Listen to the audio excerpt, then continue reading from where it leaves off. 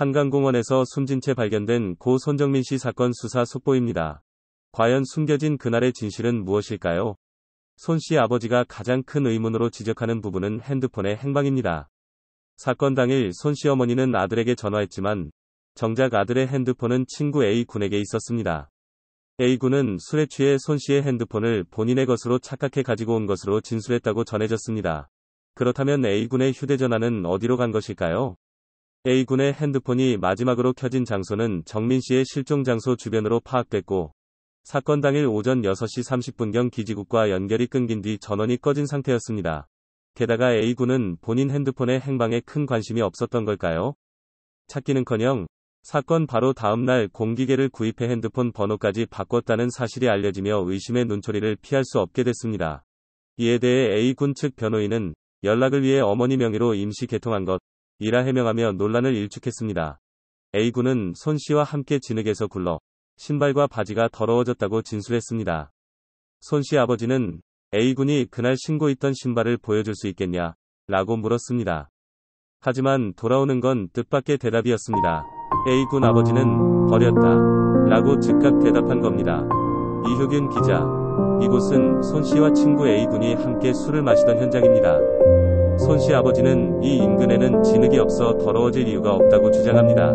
보시는 바와 같이 이곳은 진흙이 거의 보이지 않습니다. 지난 7일 한 차례 비가 내렸지만 진흙보다는 물이 고여있는 곳이 간간히 보입니다. 손 씨가 실종된 4월 25일 이전에는 월 초에 며칠을 제외하고는 비가 내린 날이 거의 없습니다. 당시 이곳에 진흙이 있을 만한 특별한 이유는 없어 보입니다. 하지만 여전히 미스터리로 남은 부분이 많습니다. 손 씨가 사라진 것으로 추정되는 단 1시간의 비밀, 사건 해결에 결정적 실마리를 제공할 단추는 아직 풀리지 않고 있습니다. 손 씨와 함께 있던 A군은 25일 오전 4시 30분쯤 잠에서 깨 귀가했고, 당시엔 이미 정민 씨가 자리에 없었다는 게 A군의 주장입니다. 실종 전 손 씨는 오전 1시 50분쯤 친구 A군과 영상을 찍었는데, 마지막 영상에는 골든 거는 네가 잘못한 거야. 그건 맞지? 라는 대화가 나오는 것으로 알려졌습니다. 손 씨의 아버지는 취재진에 골든, 이 무엇을 지칭하는지 궁금하다. 아들이 혼자 떨어지진 않았을 것이다. 라고 말했습니다. 한편 경찰은 인근의 CCTV 54대와 블랙박스 113대를 확보해 분석 중에 있습니다. 이와 더불어 총 7명의 목격자 진술도 마친 것으로 전해졌습니다. 초동 수사가 부실했다는 비판을 받기도 했지만 정확한 사건 경위를 밝혀내기 위해 신중을 기하고 있는 모습입니다. 시민 인터뷰. 제 자식이 죽었는데 이렇게 수사한다고 하면 전 이 나라에 못 살 것 같아요. CCTV가 없다는 게 말이 되나요? 기다리면 어떤 답이 나오냐? 우리가 관심을 갖고 더 알아봐야 그쪽에서도 반응을 하지 않겠어요? 어느 한쪽의 억울함도 남지 않도록 우리 모두의 꾸준한 관심이 필요합니다. 지난 6일 완료된 손 씨의 핸드폰 포렌식 분석, 그리고 곧 있으면 밝혀질 숨진 손 씨의 부검 결과로 밝혀질 진실의 귀추가 주목되고 있습니다. 경찰이 추가로 확보한 목격자들과 함께 현장 재현을 했는데 누군가 구토를 했고 깨웠다는 진술이 나왔습니다. 경찰은 손 씨 친구의 가족을 신변보호할 것으로 알려졌습니다. 전민영 기자가 취재했습니다. 고 손정민 씨의 친구와 가족에 대해 경찰의 신변보호가 시작될 것으로 알려졌습니다. 수사 중인 사건과 관련해 위협당할 우려가 있는 참고인은 경찰의 신변보호를 받습니다.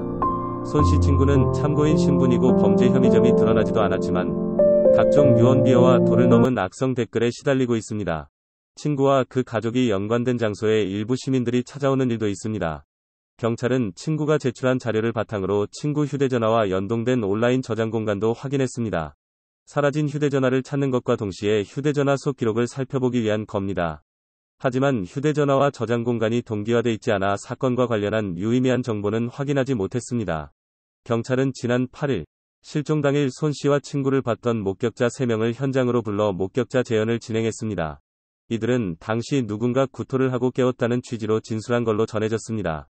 경찰은 또 10m 거리에서 손 씨와 친구를 목격한 사람의 진술도 확보해 당일 동선을 재구성하고 있습니다.